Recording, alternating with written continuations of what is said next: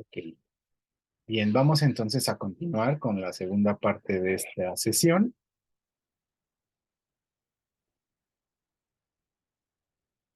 Y bueno, entonces estábamos comentando que el planteamiento de Plutchik nos dice que no tenemos solo 5 emociones básicas, sino 10. ¿Sí me escuchan? Sí, Sí, sí, Ah, es que no se ve la pantalla, ya se ve, ¿no? sí, ya se ve. ya se ve. Exacto, ¿no? Y entonces que de aquí derivan las otras, ¿no? Y entonces, asimismo nos dice que precisamente estas emociones implican una adaptación, una cognición con un proceso cognitivo anterior a una experiencia emocional, ¿no? Y él nos dice que la emoción tiene 3 componentes: el componente cognitivo o subjetivo, el componente fisiológico y el componente conductual. Y hubo otro autor, Isard, ¿no? Que este es, a mi parecer, pues digamos, uno de los más importantes, porque basa una de sus teorías en una teoría también planteada anteriormente por otro teórico llamada la teoría del feedback facial. Y esto quiere decir, o esto lo que nos trató de explicar en su momento, es que las expresiones faciales se asocian a cada emoción por una condición innata. O sea, lo que les decía un poquito de esta parte. O sea, todos vamos a poder hacer la cara de asco, la cara de tristeza, la cara de miedo, la cara de enojo, que nosotros la tenemos evocada a una experiencia emocional, pues eso es diferente, ¿no? Pero que tenemos un patrón de expresión facial en particular. Y que este precisamente pues ha sido el papel adaptativo de las emociones, ¿no? Entonces, un poquito combinado con los cambios a nivel neuroquímico, ¿no? Que te hace consciente de estas expresiones faciales y corporales, ¿no? Entonces también es un poco esto de que, pues todos nos damos cuenta, ¿no? Cuando traemos la cara que traemos, ¿no? Por decirlo así. Y otro autor, Mandler, ¿no? Que liga las emociones directamente con la actividad neuronal, fisiológica, ¿no? Mantiene la multicomposición de las mismas por la activación, cognición y conciencia, ¿no? Entonces, él le da un poquito más de poder al proceso cognitivo, ajá, como principal ejecutor de la conducta, y a las experiencias y al conocimiento previo, ¿no? Y entonces yo, por ejemplo, en lo personal también me inclinaría pues, un poquito más por esta, ¿no? Yo soy de la idea que digo, no, pues es que nada pasa por nada. Todo lo que uno hace es por algo, ¿no? Rápidamente, pues, ¿quién es el culpable fisiológicamente hablando y anatómicamente hablando de nuestras emociones? Pues las estructuras subcorticales del sistema nervioso, en específico el sistema nervioso autónomo, en su sistema límbico, pues ahí es donde se generan, ¿no? Ahí es donde se generan las emociones, en el hipotálamo, ¿no? Ahí nosotros es donde recibimos pues todas las señales para la homeostasis, la señal de hambre, sed, respuesta al dolor, placer, satisfacción sexual, agresión, etc. Y de ahí entonces se derivan todos los impulsos nerviosos hacia el sistema nervioso para poder dirigir un movimiento o la activación de los órganos, ¿no? Para esto, ¿no? ¿Qué estructuras importantes podemos destacar aquí? Pues la glándula pituitaria, que se encarga de secretar hormonas en la sangre, el hipocampo, que nos ayuda al proceso de aprendizaje y memoria, la amígdala, que produce respuestas de agresión, miedo. El miedo se genera en la amígdala, ¿no? Esta estructura tan pequeñita, pequeñita como una nuez, pues esa es la central de todos nuestros miedos. Y en general, pues todo el sistema nervioso autónomo en su parte simpática y parasimpática, con todas las reacciones fisiológicas correspondientes a cada una de las emociones, ¿no? Es el encargado que va a decir, pues, dilata la pupila, contráela, aumenta la frecuencia cardíaca, redúcela. La respuesta hacia el CO2 en la sangre, eso nosotros lo sabemos muy bien, los especialistas en esa área respiratoria, ¿no? Todo esto, pues aparte en esa parte, ¿no? Y el sistema endocrino, ¿no? Por la parte de la secreción hormonal. Cuando hay una lesión cerebral, pues entonces también ahí vamos a poder tener una serie de pues ya consecuencias, ¿no? Directamente sobre la conducta. Va a depender del área, ¿no? De la corteza cerebral, que es la que esté dañada, del córtex, pues qué es lo que va a estar, pues digamos, dañado. Por lo general, pues la zona prefrontal es lo que genera nuestra conducta, ¿no? Entonces, pues cuando alguien recibe alguna lesión, un TCE o algo ahí, pues vienen los problemas, ¿no? De desinhibición conductual, etc., ¿no? Síndromes depresivos, ¿no? Ahí ya sería cuestión como de entrar un poquito más en detalle. Bueno, ¿y qué onda con la sensopercepción? Pues yo les decía también que el fenómeno sensoperceptivo, como lo vimos en el proceso sensoría emocional, pues tiene mucho que ver, porque también qué desencadena nuestras emociones, pues lo que vemos y lo que percibimos y lo que olemos y lo que tocamos y lo que escuchamos, etc., etc., ¿no? Entonces, pues la percepción es fundamental para adaptarnos, para todos los seres vivos. Eh, Como tal definido, la sensación es el proceso en que la estimulación de los receptores sensoriales, perdón, producen impulsos nerviosos que se representan por experiencias internas y externas del cuerpo, ¿no? Y entonces ahí viene la parte del aprendizaje también, de los procesos cognitivos y de aprendizaje y memoria, ¿no? O sea, ya tú, algo más tonto del mundo, tú ya que entendiste que, tú ya que sentiste que te quemaste porque agarraste la estufa caliente, pues ya muy difícilmente, así, cognitivamente hablando, después, o sea, tú ya aprendiste que no vas a llegar así como así y vas a poner la manota, ¿no? En esto, ¿no? Por poner un... Bueno, para que haya una experiencia a nivel psicológico, pues se tiene que sentir y percibir. No puede ser nada más de que, ay, pues sí, yo sentí que sí. No, pues no. No, es como de, no, pues yo sí siento que sí me quieren, ¿no? También hay que sentir, ¿no? Debe haber una interpretación y un proceso cognitivo a partir de nuestra estructura cultural, ideológica, social e histórica. Poquito, pues, estos conceptos que se manejan en sensopercepción, como tal la sensación, que ya lo definimos, el proceso de estimulación, la organización perceptual, ¿no? Que es donde se crea el precepto del estímulo y la representación interna, ¿no? Igual, ubicación, tiempo y espacio, ¿no? También estos fenómenos sensoperceptivos nos ayudan a tener ubicación de tiempo y espacio, dónde estoy, en qué estoy, por qué está pasando, ¿no? Bien, identificar y reconocer qué es, cuál es su función, eso es lo que me va a permitir evocar una experiencia, ¿no? Como cuando estamos aprendiendo algo nuevo también, ¿no? Que es que es la primera vez que veo eso, ¿no? Ah, ok, pues entonces tienes ya recibiste ese estímulo que te desató un chip o ese feeling cognitivo de decir quiero saber qué es, ¿no? Y para qué es, y para qué me va a servir, ¿no? Y entonces ya lo empiezo a comparar con mis nuevas experiencias, ¿no? Mecanismos vivenciales, ¿no? Pues va un poco con lo mismo, ¿no? Igual también un poquito centrado al inconsciente, pero pues es la misma parte, ¿no? De evocar a la experiencia, ¿no? Y a la emoción que ya tenemos aprendido. ¿Hasta aquí alguien tiene alguna duda? No. ¿No?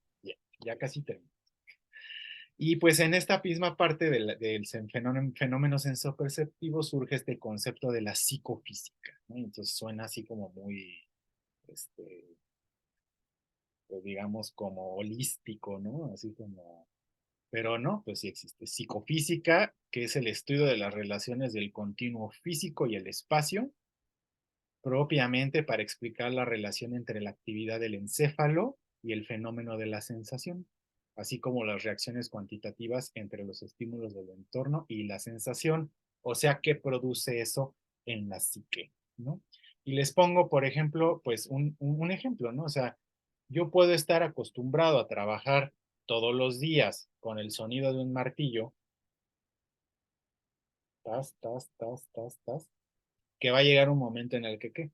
Que yo ya no lo, o sea, sí lo voy a percibir, pero ya no va a tener una experiencia sensorial significativa, ¿no? En ese momento para mí, a menos que yo me haga consciente de que, ay, sí está muy fuerte, ¿no?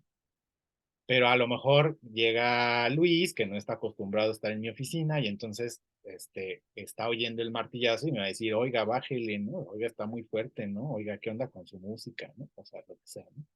Algo así, ¿no? Un poco parecido a eso. Y de ahí surge esta ley de Weber de la sensopercepción, ¿no? Que la intensidad percibida de un estímulo va a depender de otros presentes y los presentados con anterioridad, ¿no? Y entonces, pues ahora sí que es como la música, ¿no? Si tú estuviste predispuesto a un tipo de música desde que eres chico, pues a lo mejor vas a tener más afinidad por esa música porque te va a abocar experiencias, te va a abocar emociones, ¿no? La canción favorita de tu mamá o etc., ¿no? Y así también lo que te disguste, ¿no? Así, Bad Bunny, ¿no? ¿No? Entonces, algo así. Bueno, entonces tenemos umbrales, ¿no? Que describen estos límites, ¿no? De detección, umbral absoluto, lo mínimo necesario para poder despertar el fenómeno, o el umbral diferencial que se puede encontrar en un intermedio, ¿no? Este autor, ahí que tenemos en ese cuadrito, pues dice ahí, por ejemplo, modalidad sensorial, la luz, pues a lo mejor la distancia a la que se encuentra una luz en la oscuridad, ¿no? El sonido, el mecanismo, por ejemplo, a cierta distancia o con cierta intensidad. El gusto, pues la cantidad, ¿no? Cantidad de un soluto, ¿no? Por ejemplo, azúcar, sal, limón, etc. Los olores, qué cantidad de perfume, qué cantidad de cloro necesitas tú oler para que te despierte alguna experiencia sensorial, ¿no? Y por supuesto el tacto, ¿no? Entonces, pues también, así como tenemos un proceso cognitivo, pues tenemos un proceso sensoperceptual, perdón, ¿no? Y entonces, pues ahí tenemos, ¿no? Es un ciclo que no se termina. Tenemos el estímulo ambiental, seguido por la recepción del estímulo de los órganos sensoriales. Se produce una señal eléctrica hacia el cerebro, ya lo vimos, sistema nervioso, y hay un procesamiento y percepción de esa señal eléctrica que va a ejecutar una acción. Ahí en ese momento de procesamiento y percepción de la señal eléctrica, ahí es donde se da también el proceso que evoca la experiencia y el cognitivo, para que en el momento en que se ejecute la acción, entonces ahí se pueda ver representada la motivación y la emoción, ¿ok? Ahí es donde sucede. Dependiendo también de los autores, porque hay autores que dicen que no, que el proceso emocional y sensoperceptivo, pues a lo mejor es después de la conducta, ¿no? O sea, pero bueno, pues ahí habría que ver un poquito. Yo por lo personal sí creo que es antes de que se genere la conducta, cuando ya está ahí el proceso cognitivo, el proceso de procesamiento y el proceso emocional, ¿no? Bueno, pues igual, ¿qué es lo que nos afecta? Los elementos también del medio, la luz, los objetos, el sistema visual, ¿no? Todos igual percibimos diferente, igual por también cuestiones o cambios a nivel genético, fisiológico, ¿no? Si yo tengo una deficiencia en la vista, si tengo daltonismo, si estoy cieguito y no veo, ¿no? Entonces a lo mejor yo voy a percibir totalmente diferentes las cosas y eso va a ser pues un determinante en mi proceso sensoperceptivo y en mi proceso emocional. Y bueno, pues igual, la dispersión cromática de la luz, ¿no? Va a depender también en lo que nos hace sentir, ¿no? Acuérdense, el sentimiento también está de por medio, ¿no? Hay gente que dice, no, pues es que yo con la luz así bajita, pues me deprimo, ¿no? O sea, como que siento que no. Yo en lo personal, por ejemplo, yo con la luz que es, no la luz cálida amarilla, sino la luz blanca, a mí no me gusta en las casas, ni en los jardines, ni nada, porque literal me siento que en el hospital, ¿no? Entonces digo, siempre estoy en el hospital, ¿no? La luz blanca, ¿no? Entonces prefiero la luz cálida para casa, ¿no? Y cosas por el estilo, ¿no? Y igual, los matices, la saturación del color y la escala de luminosidades también va a ser determinante para cómo vamos a percibir los elementos del medio y qué señales nos van a mandar, ¿no? O sea, igual, ¿no? No es lo mismo un color claro que un color fosforescente, ¿no? Y también el contexto en el que se encuentra, ¿no? Los atributos perceptuales, ¿no? También eso tiene mucho que ver. Y ya por último, sí, me gustaría como evocar un poquito a la famosa teoría de la Gestalt, ¿no? ¿Qué decía la teoría de la Gestalt? pues, que el todo, más bien que los elementos son más bien que un todo es completo que más que sus elementos en partes, ¿no? O sea, nosotros tendemos por naturalidad de nuestro cerebro y de nuestro fenómeno sensoperceptual, pues a tratar de darle cierre a las formas, de dar un sentido de proximidad, de darle un sentido de continuidad, de darle semejanza, de darle una dirección, de darle simetría, ¿no? Más allá que descomponerlo, nosotros lo tratamos de ver como un todo, ¿no? Y entonces hay muchas leyes de la Gestalt, ahorita no vamos a hablar de las leyes de la Gestalt, pero pues también son importantes, ¿no? Porque también de este tipo de cuestiones y de fenómenos sensoperceptivo se valen, pues por ejemplo, campañas publicitarias o se valen algunas estrategias de mercado o se valen inclusive algunos esquemas de terapia psicológica para poder utilizar ese fenómeno sensoperceptivo y modificar la conducta, ¿no? Y modificar de esta manera a lo mejor la emoción, una experiencia y de esta forma la...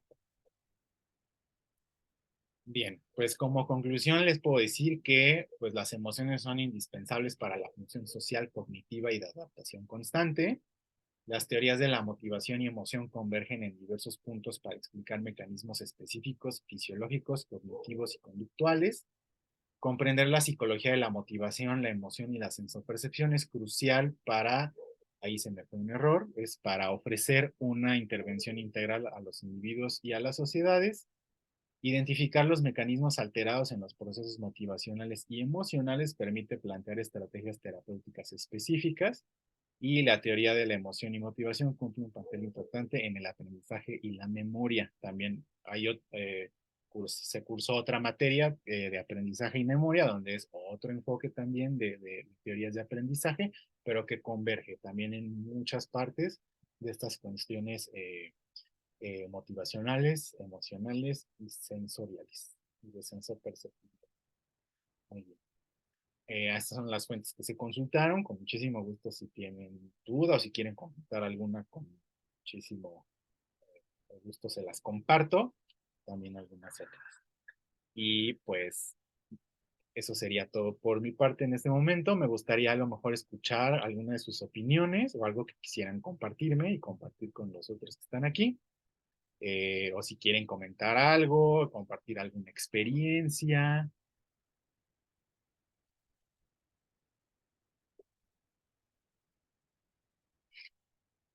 Sí, Ángel, adelante. Pues bueno, yo tengo muchas preguntas porque per se el tema se me hace muy interesante, ¿no? Sí, es bastante. Por, una de las preguntas es, ¿estas conductas que están derivadas de las emociones se pueden heredar o son propiamente de la experiencia? O sea, vienen solo de la experiencia. Fíjate que es buena pregunta.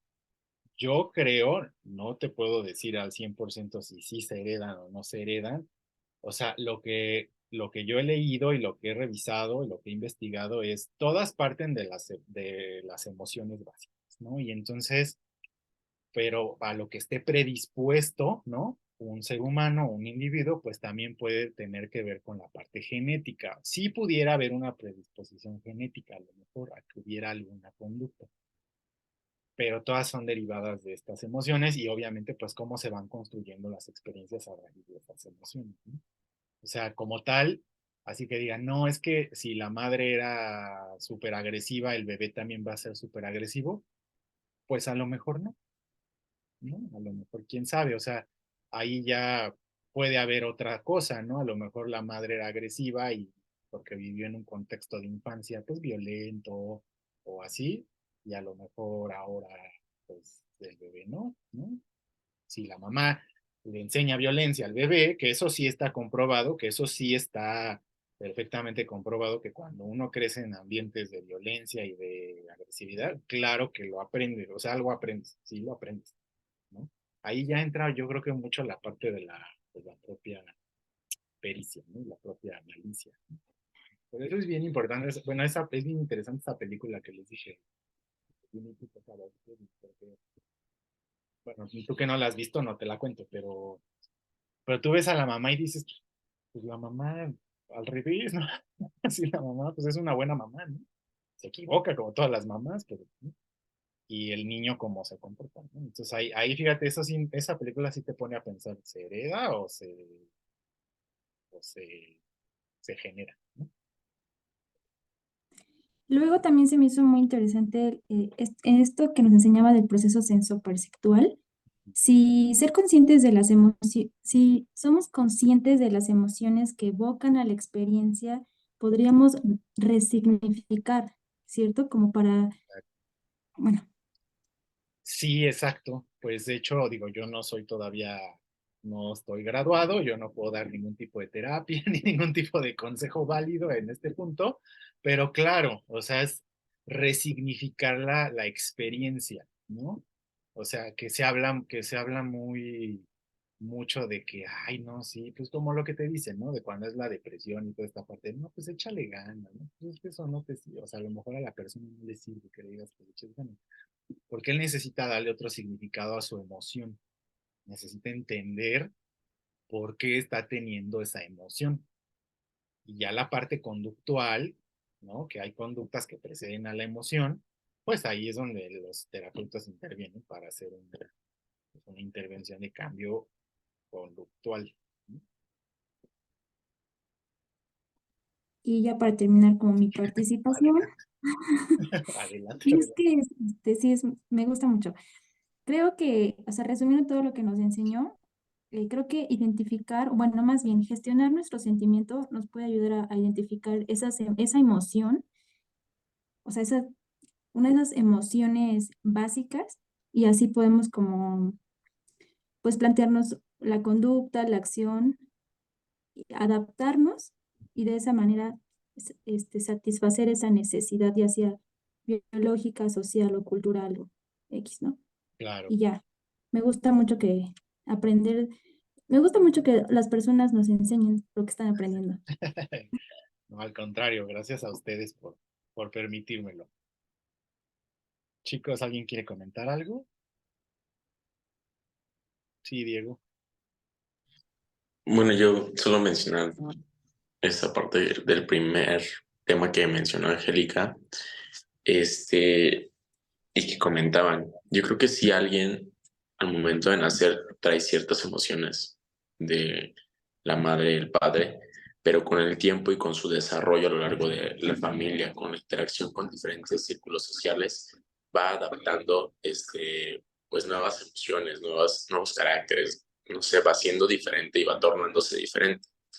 Entonces al final se va a quedar con lo que se adapte más a él o con lo que él quiera decidir quedarse para que en un punto, ya en la adultez, o en esa etapa ya adulta, él se desarrolle como un ser individual.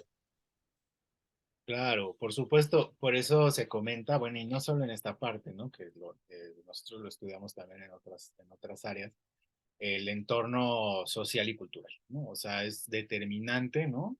Este, precisamente en las teorías del aprendizaje, pues ahí están el planteamiento de Jean Piaget, ¿no? Que divide el desarrollo de la infancia en etapas y por eso está perfectamente pues bien definido las etapas, ¿no? En las que el ser humano va desarrollando desde la capacidad motriz, la capacidad del habla. Primero son la etapa de la afiliación, de que me quiero sentir, me tengo que sentir seguro, se agarra un objeto, el bebé, etc., para sentir esta parte, pero ahí, ¿no? Ahí se va dando todo este proceso de afinidad, de lo que voy viendo, ¿no? De lo que va sucediendo en el entorno, ¿no? Y por supuesto que condiciona, ¿no? Condiciona a que suceda.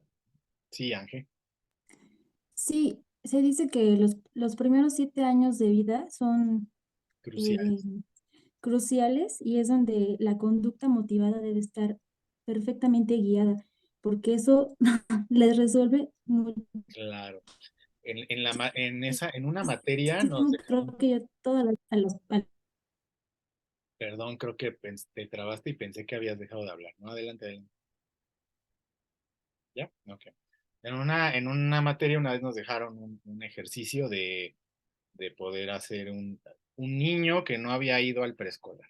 Y entonces lo meten directo a la primaria y entonces entra a la primaria y entonces, ¿qué harías? O sea, ¿qué haría en este caso, pues en el papel de un psicólogo educativo, ¿no?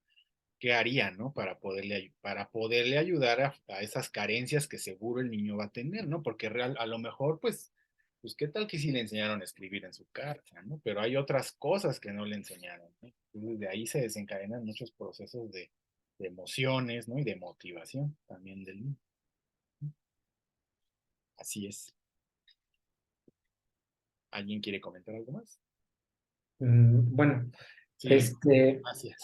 a mí me trajo así como varias cosas a la mente, me hizo recordar de algunos, por ahí algunos autores rusos que hablan acerca también de las acciones psicofísicas.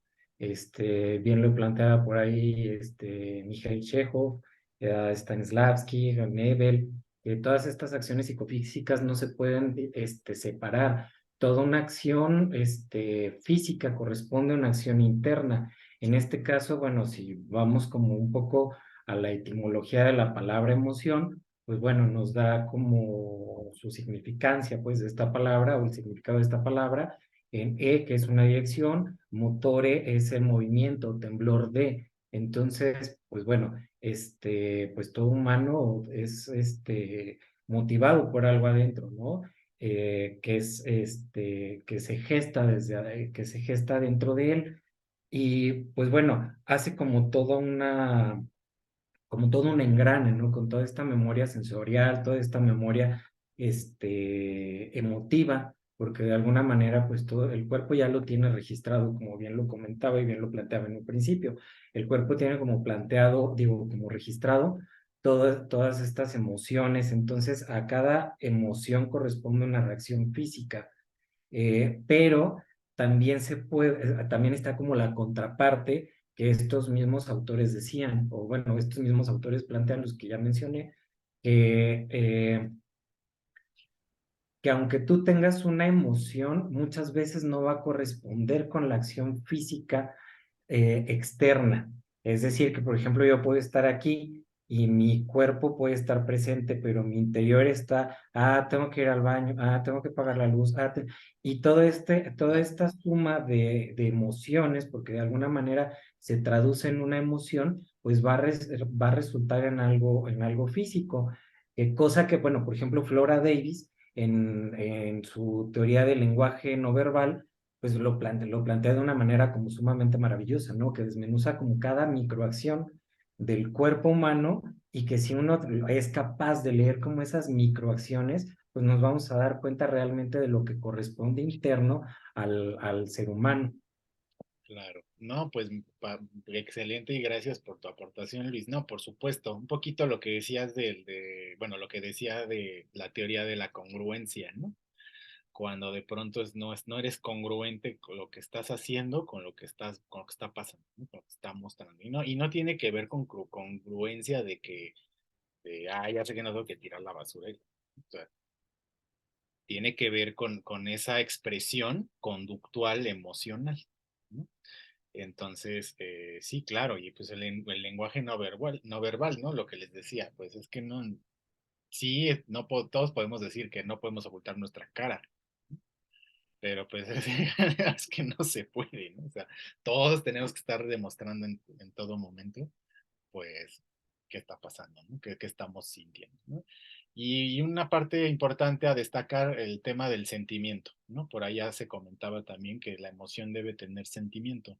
Y sí, o sea, o sea, no es que no se pueda juntar emoción con sentimiento, o sea, al revés, tiene que tener sentimiento y todos, todo el tiempo, pues tenemos sentimientos completamente válidos, ¿no? Yo creo que eso es importante, pues nosotros también destacar para poder, pues, tener una perfecta adaptación, pues, social, cultural, ¿no? Ya lo decíamos ahí, ¿no? Que las emociones, pues, son vitales, ¿no? Para que nos podamos adaptar y poder seguir, pues, viviendo, poder seguir sobresaliendo a las situaciones que se nos presentan.